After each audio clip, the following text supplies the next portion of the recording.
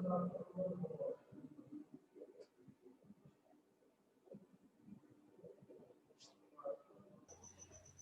Students, good morning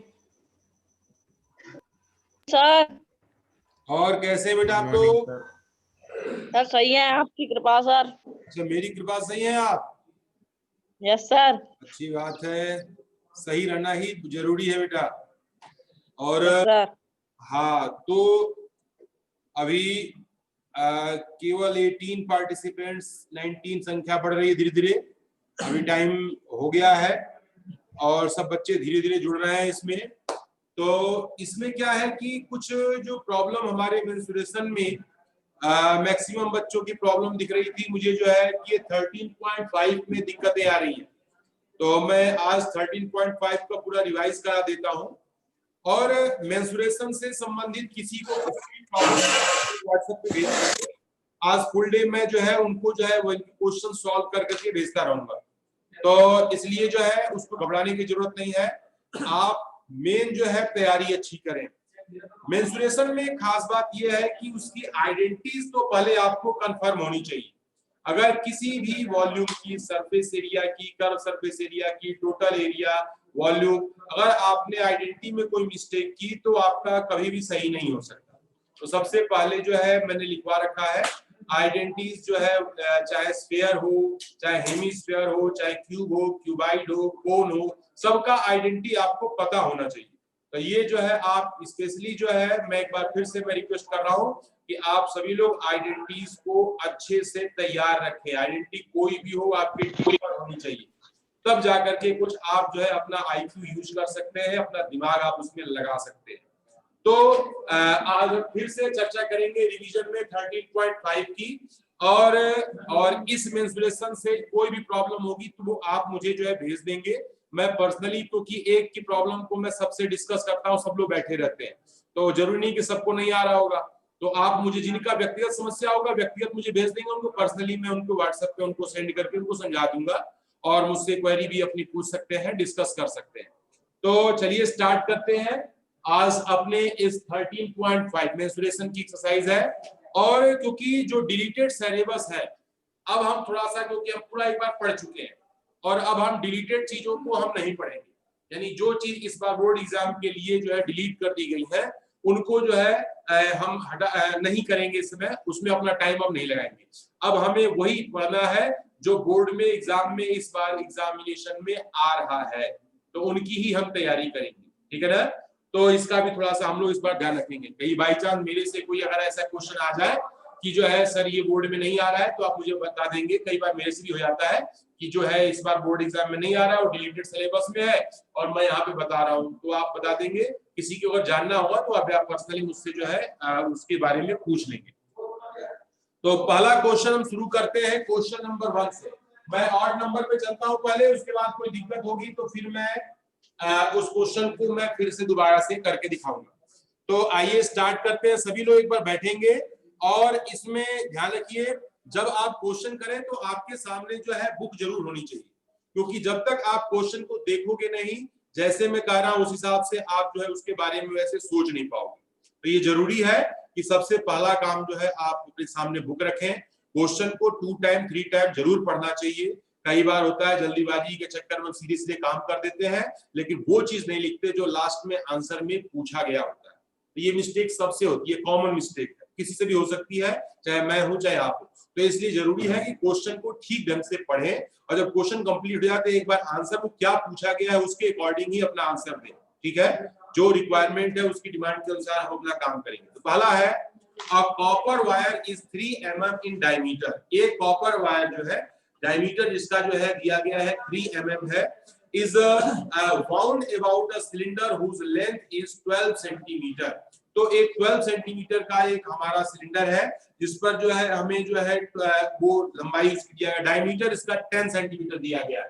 तो पहले तो हम काम करते हैं, इसका फिगर बना लेते हैं। ये है हमारे पास फिगर, और इस फिगर में ये हमारे पास सिलेंडर है और डायमीटर इसका जो है दिया गया है 10 है, और साथ ही साथ इसमें जो है सेंटीमीटर 12 सेंटीमीटर इसकी हाइट दी गई है। ये हाइट जो दी गई है वे है 12 सेंटीमीटर 10 सेंटीमीटर। और साथ में कहा गया है कि इस सिलेंडर के चारों ओर जो है यहाँ पे बोला गया है कि इसमें जो है 3 mm का जो है एक वायर है, कॉपर वायर है, इसको इसके ऊपर लपेटा जाता है और cover the curve surface area. Cylinder की जो कर्व सरफेस एरिया है, इस पूरी सरफेस एरिया को ये जो है इस पर कवर किया जा रहा है, यानी उस वायर को इस पर जो है लपेट दिया जा रहा है कि वो पूरा पूरा जो है कवर हो जाए।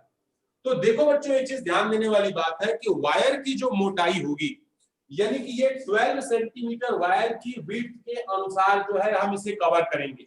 जितना मोटा तार होगा उतनी ही चौड़ाई का वो कर्व सरफेस एरिया कवर करेगा। तो हम क्या करेंगे कि ये जो 12 सेंटीमीटर दिया गया है और इसमें जो है हम क्या करेंगे, ये दिया गया वायर की, तो ये हमारे पास जो है डी दिया गया है वो आपका 3 mm। तो 3 mm है तो इसको भी हम सेंटीमीटर में कन्वर्ट कर लेंगे, 0.3 सेंटीमीटर। तो हम क्या है कि इस 12 की हाइट की, जो सिलेंडर की जो हाइट है उसमें 12 mm की कितनी बार तार को लपेटा जा सकता है। तो यहां पर हम लिखेंगे नंबर ऑफ राउंड्स, यानी ये हमारे फाइंड करना है नंबर ऑफ राउंड्स। तो राउंड्स में क्या होगा, 12 में हम 0.3 से डिवाइड करेंगे, तो डिवाइड करेंगे तो 120 बाई में 3 दैट इज इक्वल टू 40। ये 40 बार जो है तार जो है इसके ऊपर क्या होगा, राउंड्स में जो है ये लपेटा जाएगा। अब बारी आ रही है इसमें कि जो है तार की डायमीटर हमें मालूम है, अब हमें जो है ये 40 बार लपेटने में, जो सिलेंडर है एक बार लपेटने में तार की लंबाई क्या होगी। तो यहां पर हम लिखेंगे length of wire in 1 round, क्या लिखेंगे, length of wire in 1 round is equal to, तो ये जो होता है हमारा होता है 2 पाई आर। एक राउंड में जो है वो 2 पाई आर जो है यानी कि सरकमफ्रेंस के बराबर उसकी लंबाई होगी। और इसमें हम जो है आर की वैल्यू यहां से हम निकाल सकते हैं 0.3 बाई में 2 सेंटीमीटर, तो that is equal to 2 into pi into 0.3 by में 2। ये 2 से 2 हमारा कट गया, यानी हो गया 0.3 पाई सेंटीमीटर। एक राउंड में आपका जो है इतना जो है तार की लंबाई लग रही है। और इसके बाद जो है यहाँ पर लिखेंगे total length of the wire in 40 round. अब हम ये एक राउंड का था, यहाँ लिखेंगे total length of wire in 40 round. कुल राउंड कितने हो रहे हैं, 40 बार उस तार को लपेटा जा रहा है, तो 40 राउंड है तो यहाँ हो जाएगा 40 into 0.3 pi that is equal to 12 pi centimetre. अब ये हमारे पास जो है, हमारे पास यहाँ पर जो वैल्यू दिया गया था इसमें हमने इसको देखा और यहाँ पर एक चीज एक थोड़ा सा मिस्टेक हो रहा है इसमें, मैं आपको करेक्ट कर दूं। कब दिया है? यहाँ पर ये तार का नहीं, हमें जो है सरकमफ्रेंस तो इसका निकालना है ना, तो रेडियस हम इसके हिसाब से लेंगे। और भी कर रेडियस लेनी है। डायमीटर था ना इसका बेटा 10, तो ये हमारे पास जो है रेडियस कितनी हो जाएगी 5। हम करेक्ट कर लेंगे, हमने तार का निकाल दिया, ये हो जाएगा 10 पाई और ये जो है यहाँ भी 10 पाई और ये हमारे पास जो है 400 पाई। ये वैल्यू जो है हमारे पास जो दिया गया है 40 राउंड में 400 पाई हमारे पास हो गया, इसको हमने लिख दिया टोटल लेंथ है।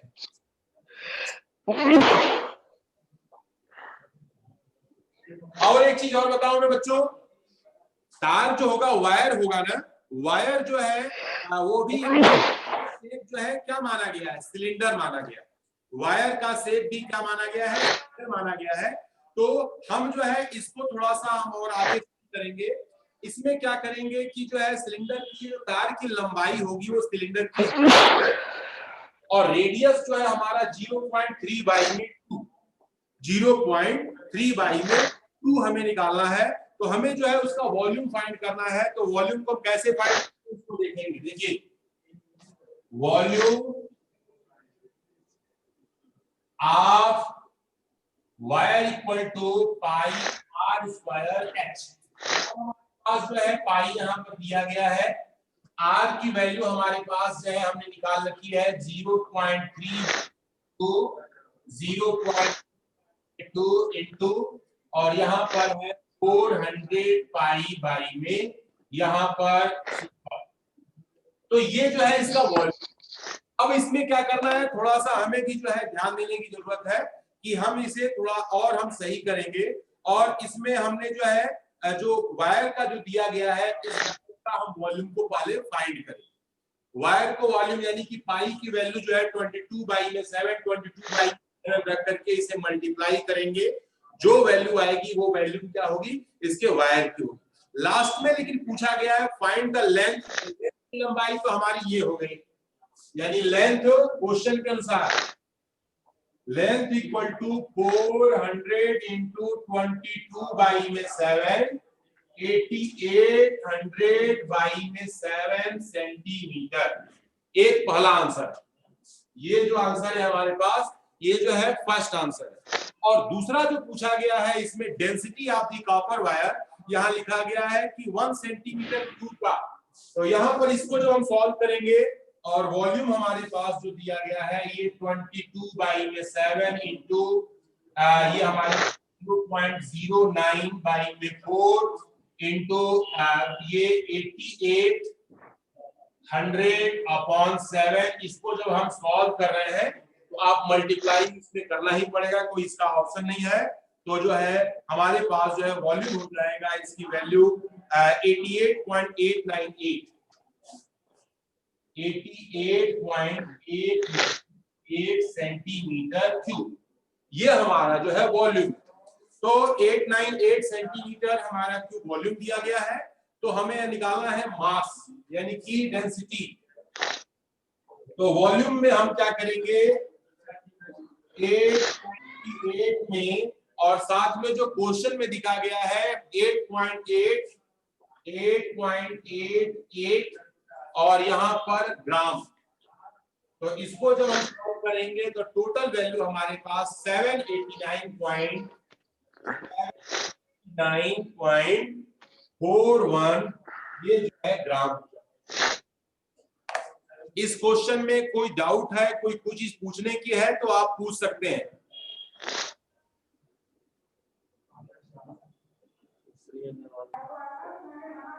सर ये लास्ट में 88.898 है। हाँ 88.898 ये जो है इसको जो वॉल्यूम है ना इसमें हम सबका मल्टीप्लाई करके डिवाइड करना है तो ये वैल्यू आ रही है। इसको आप चेक भी कर लेंगे। Okay sir. 88.898 centimetre cube, 1 centimetre cube का जो है मास जो है ग्राम में डेंसिटी 8.88 है। तो हम इसमें इसका मल्टीप्लाई कर देंगे तो ये आपका जो है आंसर है। तो ये अच्छा क्वेश्चन है, बोर्ड एग्जामिनेशन में भी पूछा हुआ है। ये इसलिए मैंने जो लगा कि जो थोड़ा इंपॉर्टेंट क्वेश्चन है इसको बता दिया जाए, क्योंकि इस बार से आपको थोड़ा सा जो है अवेयर रहना होगा, क्योंकि जो है फ्रस्टम को जब हटा दिया गया है तो बाकी जगह पे क्वेश्चनों की संख्या बढ़ाई जाएगी। तो इसलिए जो है मैक्सिमम अच्छे अच्छे क्वेश्चंस को आपको आने ही चाहिए, ठीक है।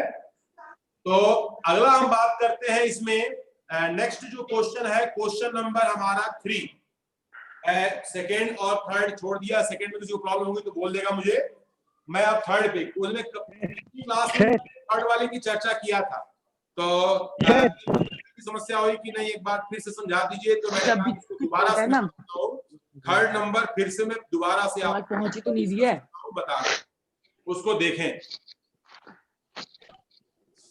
क्वेश्चन नंबर 3 कई बार होता है कि चीजें हमें समझ में नहीं आती, तो उसको भी देखना जरूरी। लिखा है कि सिस्टम इंटरनली मेजर, सिस्टम जो है मेजरमेंट इसका दिया गया 150 सेंटीमीटर 110 सेंटीमीटर और has 129600 centimetre square water it. Of pure bricks placed in the water until it is cool to the brick. Each brick absorbs 1/17 of the one volume of the water. How many bricks can be put in without overflowing the water? Each brick weighs 22.5. उसका measurement दिया। System है, देखो बच्चों, एक हमारे पास जो है इस तरीके से एक बर्तन दिया गया है, पात्र है ये, और इसमें यहाँ पर इसमें पानी भरा हुआ है, कुछ लेवल तक जो है पानी इसमें ये भरा हुआ है, वाटर इसमें है। और इसमें किया क्या जाए, इसमें मान लीजिए ये जो है आपका पानी है और एक छोटी सी ब्रिक है, ठीक है, और ब्रिक को भी थोड़ा सा मैं मेजरमेंट के अनुसार बना दे रहा हूं मैं, ये ऐसी ब्रिक है। तो ये ब्रिक को इसके अंदर डाला जा रहा है। तो ये क्या कर रहा है कि इसका एक 17 यानी कि 1/17 17वां हिस्सा पानी जो है ये अपने वॉल्यूम का सोख लेता है। तो जो है 17 मान लीजिए पूरा वॉल्यूम इसका 1 माने, और 1 में से 17 को हमने हटा देंगे तो वो रिलाइज पानी कितना बढ़ाएगा, एक ईंट कितना पानी बढ़ाएगी। तो यहाँ पर लिखेंगे तो 1 माइनस का 1/17 पोर्शन जो है रिलीज करेगी, यानी कि जितना इसका वॉल्यूम होगा उस वॉल्यूम का 1 माइनस 1/17 पोर्शन जो है पानी ये इंक्रीज करेगा। तो ये हमारा हो जाएगा 16/17 वॉल्यूम। और इसका जो है हमारे पास ये, अब हमें देखना है कि ये बचे हुए पोर्शन में एक ईंट द्वारा बढ़ाए गए पानी के वॉल्यूम से हम डिवाइड करेंगे तो नंबर ऑफ ब्रिक्स हमें फाइंड हो जाएगा। हम क्या करेंगे, इस बड़े वाले सिस्टर्न का वॉल्यूम निकाल लेंगे, पानी का वॉल्यूम निकाल लेंगे, सिस्टर्न के वॉल्यूम में से पानी के वॉल्यूम को निकाल देंगे, ये बचा हुआ पोर्शन हमारा मिल जाएगा।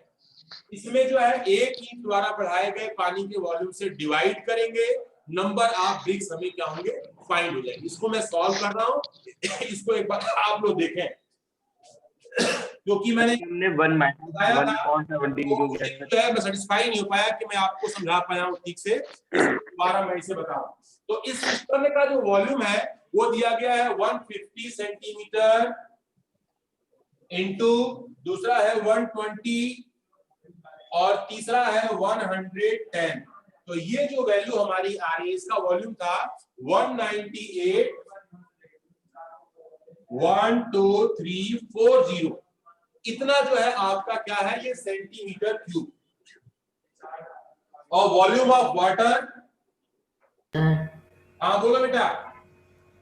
सर ये कंफ्यूजन था सर। हाँ बोलो बेटा। सर ये 1 माइनस क्यों कर रहे हैं? 1 माइनस क्यों कर रहा है, देखो क्या है ना कि जैसे कोई चीज, जैसे एक मेटल, तो मेटल को पानी में डुबा देते हैं ना, तो मेटल का जितना वॉल्यूम होगा वो पानी उतना जो है पानी आर्किमिडीज के प्रिंसिपल से बढ़ाएगा। लेकिन ईंट के केस में क्या होता है, ईंट जो होता है वो पानी सोख लेता है, यानी जितना ईंट का वॉल्यूम था उसका 17वां हिस्सा जो है वो पानी खुद अपने आप में ही सोख ले रहा है, यानी वो 17वां हिस्सा पानी जो है बाहर आगे नहीं बढ़ेगा। तो वो क्या करेंगे, तो 17वां हिस्सा हटा करके ईंट के वॉल्यूम में से कितना हिस्सा पानी वो एक ईंट बढ़ाएगा उसका वॉल्यूम हम निकाल रहे हैं। एक का वॉल्यूम को हम 1 मान रहे हैं और उसके द्वारा सोखे गए पानी का वॉल्यूम 1/17 मान रहे हैं। तो 1 में से इसका हटाएंगे तो 16/17 वॉल्यूम जो है ईंट पानी जो है अपना बढ़ाएगा, इंक्रीज करेगा, जिससे पानी बढ़ते बढ़ते बढ़ते इसके टॉप लेवल तक आ जाएगा और ये पूरी तरह से लबालब जो है ये भर जाएगा। ठीक है, ये क्वेश्चन में बोला गया है 170 पानी एब्जॉर्ब कर ले रहा है, तो ये पानी कितना इंक्रीज कर रहा है एक ही, तो वो जो है उसके लिए हमने इसे माइनस। हाँ बोलो बेटा। सर अगर वो पानी एब्जॉर्ब कर, सर अगर वो पानी एब्जॉर्ब करेगा तो सर जो सिस्टम में जो पानी होता है वो कम भी तो होगा। मैं आपको बिल्कुल बिल्कुल सही कहा आपने, तो पानी कम होगा और कम कम कम के लिए है तो ये एब्जॉर्ब वाला हिस्सा माइनस कर दिया मैंने, जो सिस्टम में पानी है वो भी तो कम हो जाएगा। लिखते हम, यानी सीधे से एक ईंट का वॉल्यूम लिखते, तो 1 में से मैंने एक ईंट के पानी द्वारा कम किया गया पानी को हटा दिया, तो कम करने के बाद वो ईंट कितना बढ़ा रहा है पानी, वो है 16/17V। ये मेन जो है इसका जो है पॉइंट है, पीक पॉइंट है इसका, बोल सकते हैं, इसको समझने की जरूरत है। पानी कम ईंट का वॉल्यूम कम हो गया, लेकिन उसके वॉल्यूम कम करने के अलावा ये पूरा देखिए 1/17 जो है 1 से बहुत कम है, उसका 17वां हिस्सा उसके वॉल्यूम से बहुत कम है, तो वो कम हिस्सा तो सोख लिया, तो कम हिस्से को हटा रहे हैं ना, सोख गया वो तो पानी कम हो गया ना उतना, तो उस हिस्से को हटा करके वो पानी कितना और बढ़ा उसके अलावा, तो 17वां हिस्सा हटाने के बाद पानी जो है 16/17 जो है ये बढ़ा, इंक्रीज हुआ। ठीक है, तो वाटर का वॉल्यूम जो है इस सिस्टम में दिया गया है, क्वेश्चन में लिखा है 129,600। तो हम क्या करेंगे कि ये वैकेंट प्लेस है, पानी का जो वैकेंट प्लेस है, यहां पर लिखेंगे कि वॉल्यूम टू बी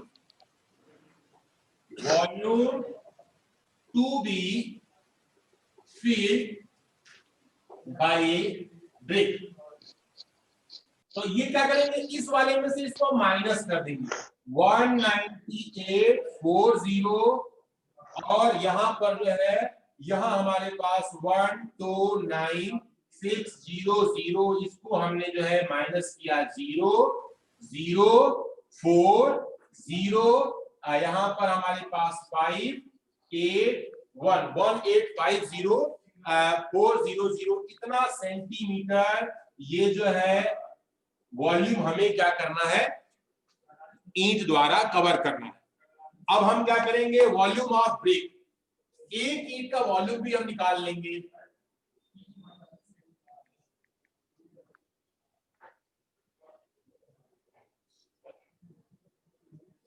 यहां हम लिखेंगे volume of brick, volume of brick is equal to, brick का जो मेजरमेंट दिया गया है 22.5 इंटू ये जो है 7.5 इंटू 6.5, ये जो है ब्रिक का वॉल्यूम है, इसको हम मेजरमेंट है, इसको हम मल्टीप्लाई करेंगे, तो मल्टीप्लाई करने पर आ रहा है 1096.875।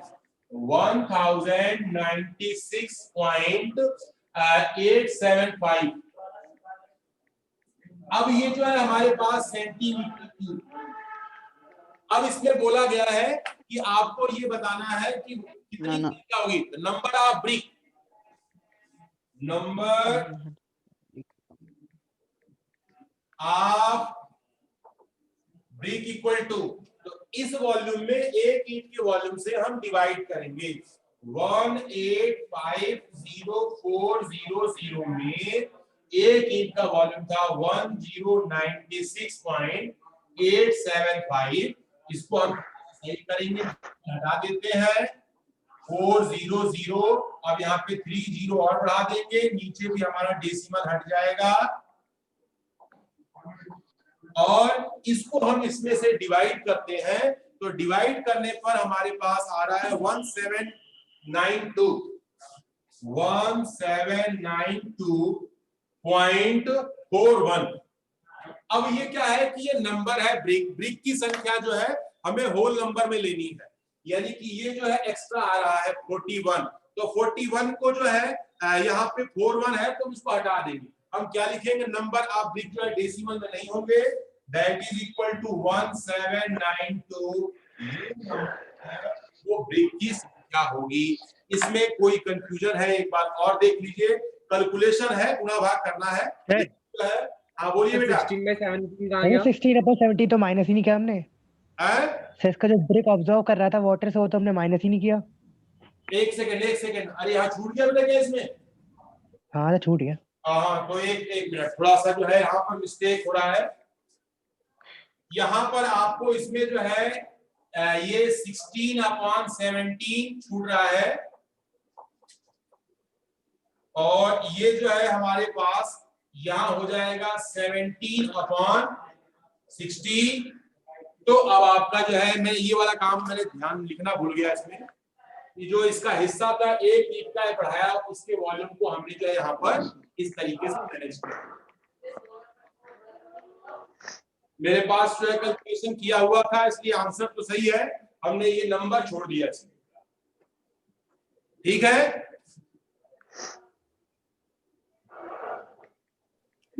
कोई प्रॉब्लम तो नहीं बेटा इसमें?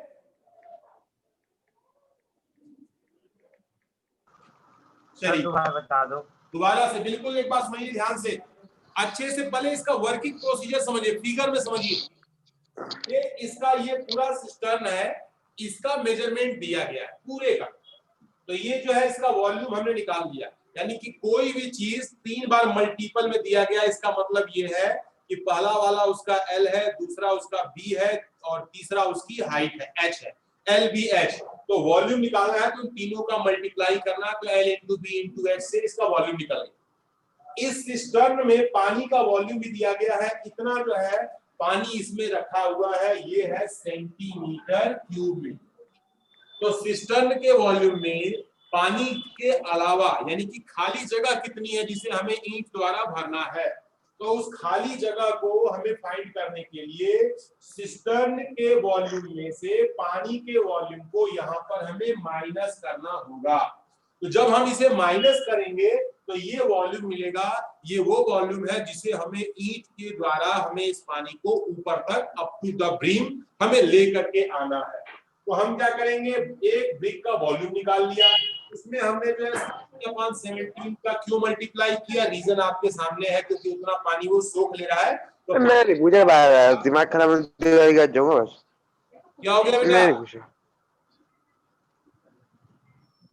तो इसमें हम क्या करेंगे, एक ईंट द्वारा बढ़ाए गए पानी के वॉल्यूम में से हमने खाली स्थान के वॉल्यूम को डिवाइड किया, तो नंबर ऑफ ब्रिक की संख्या हमें जो है मिल गई।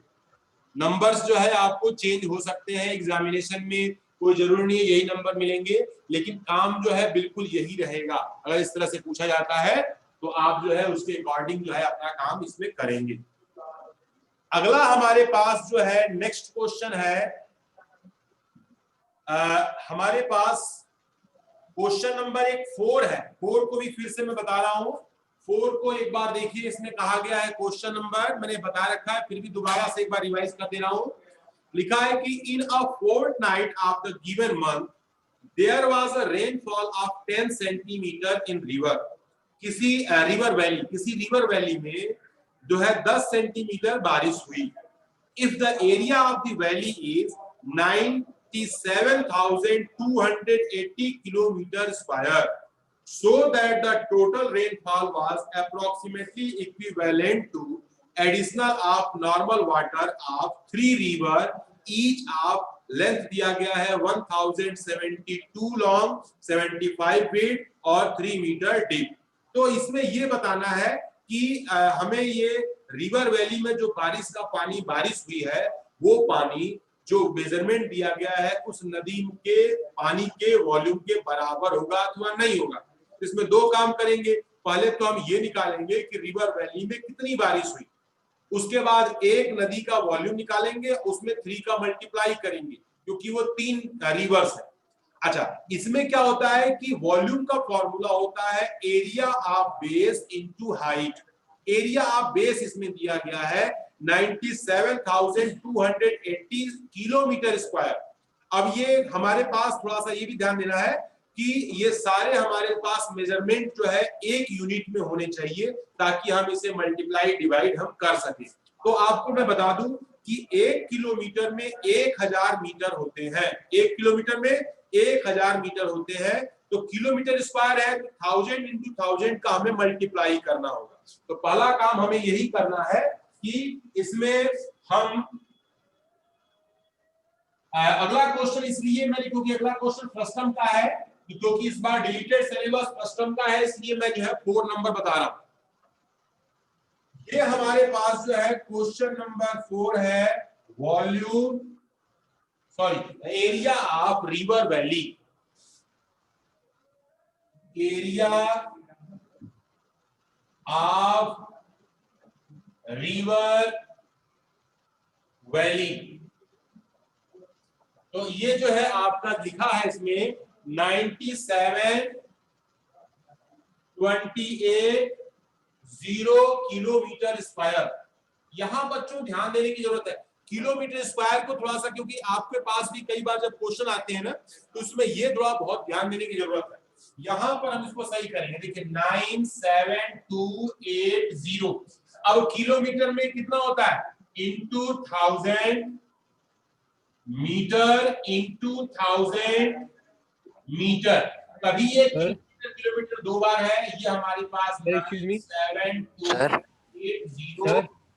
सर हाँ बेटा, 7280 सर वहाँ पर 7280 है।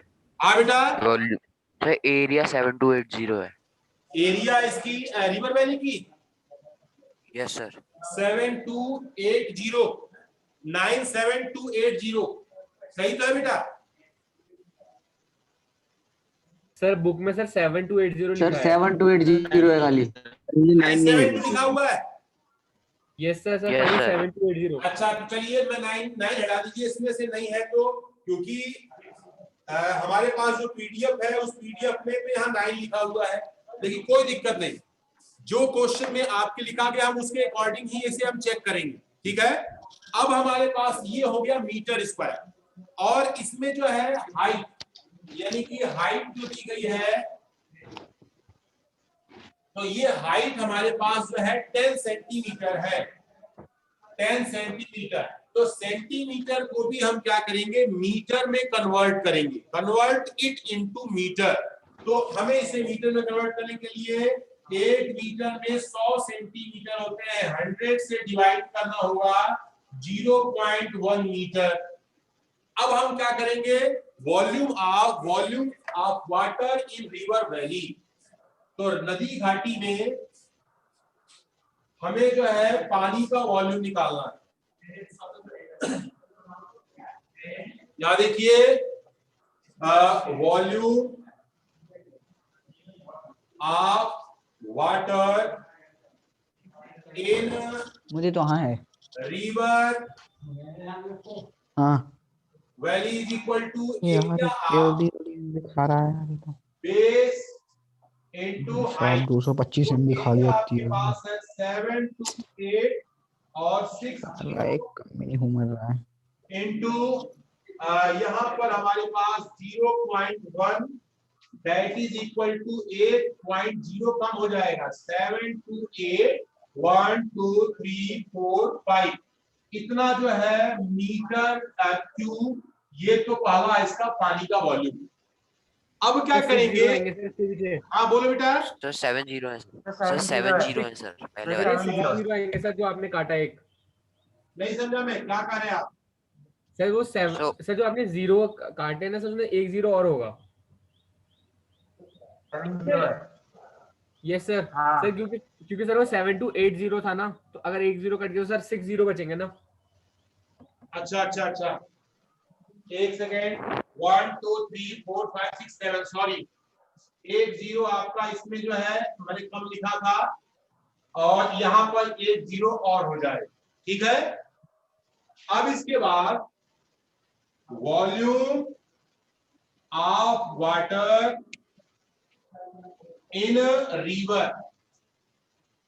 तो रिवर में L into B into H, जो रिवर का जो मेजरमेंट दिया गया है वह जो है लिखा है 1072, और ये क्या है, किलोमीटर है, तो इसको हम मीटर में कन्वर्ट करेंगे 1000 इंटू बी की वैल्यू कितनी दिया गया है 75, और यहाँ पर हाइट जो है 3 दिया गया है। तो इस रिवर को, एक रिवर का वॉल्यूम हमें फाइंड करना है, तो दैट इज इक्वल टू 2412, और इसमें जीरो की संख्या हमारे पास जो है 5।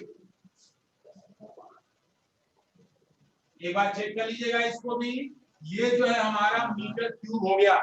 अब इसमें क्या होगा कि ये जो है एक रिवर का है, तो यहाँ पर लिखेंगे वॉल्यूम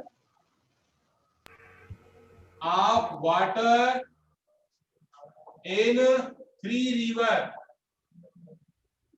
तो इसमें 3 का multiply 241250, that is equal to, हमने इसका मल्टीप्लाई किया 3 का 843 और 0 की संख्या जो है हमारे पास जो है 5 0 होंगे,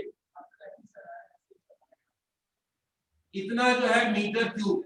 अब आपको ये चेक करना है कि क्या रिवर वैली में जो बारिश हुई थी वो बारिश का पानी, तीनों नदियों में जो पानी बह रहा है उन बारिश के पानी का वॉल्यूम दोनों सेम है अथवा नहीं है, ये हमें चेक कराना है।